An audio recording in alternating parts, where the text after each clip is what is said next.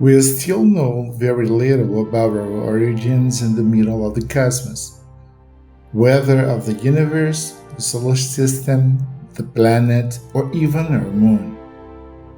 At different moments in our evolution as human beings, we have tried to understand ourselves in these different contexts, always with our limits and the resources we had. We created a myth and narratives that were repeated and consolidated in different human groups as explanations for everything that contains us. Myths were replaced by hypotheses as science was raised.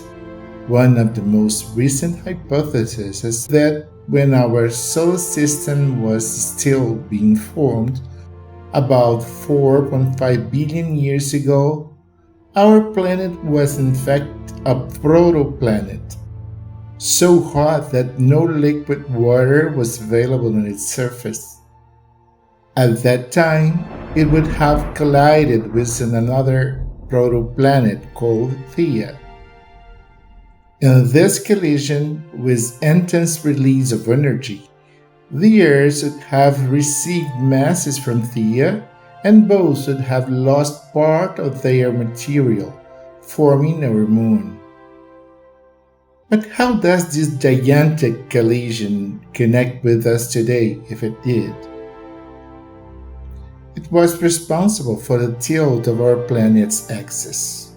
Although this inclination has been dynamically changing over time, without it, we would have a single season in the year, similar to the current spring and autumn, sometimes warmer, sometimes colder, depending on the distance from the sun.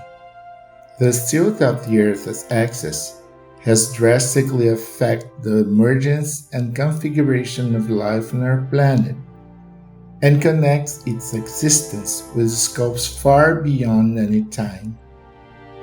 And among so many species, ours has become aware of its existence in itself and in the planetary context.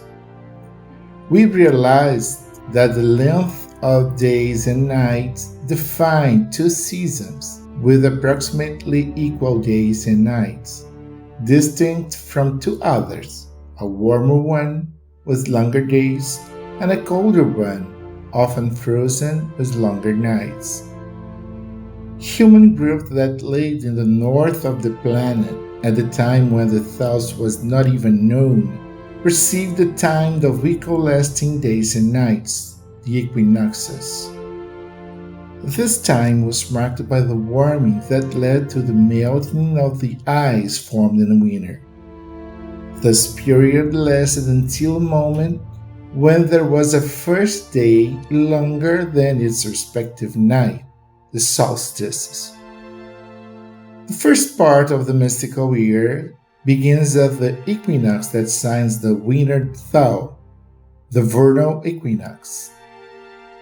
Here, the resurgence of life on the planet is celebrated, ripening its fruits in sequence on the first solstice, the summer solstice, which occurs between mid and late June. This is the second part of the mystical year. The fruit is ripe, and the wheat can be made into bread. At this moment, a banquet is held with the intention of celebrating the consummation of the mystical wedding of union between matter and spirit. This ceremony is an image of the spirit's alliance with the soul, of two concordant principles that finally meet and unify. The banquet is held at night because she is the mother of mysteries, intimacies, and weddings. The moment is a full moon because the full moon indicates that, still dead, the past touches the present to perpetuate itself in the future. Guiding the meaning of this celebration is the fact that all members of the table come together as one. And it doesn't matter that the celebration isn't precisely a banquet, or held at night, or that it doesn't correspond precisely to the summer solstice. What matters is the value it takes for us and the transcendently sacred meaning we choose to give it. Souls who were once united on the same ideal, still dead, will meet again and be reunited.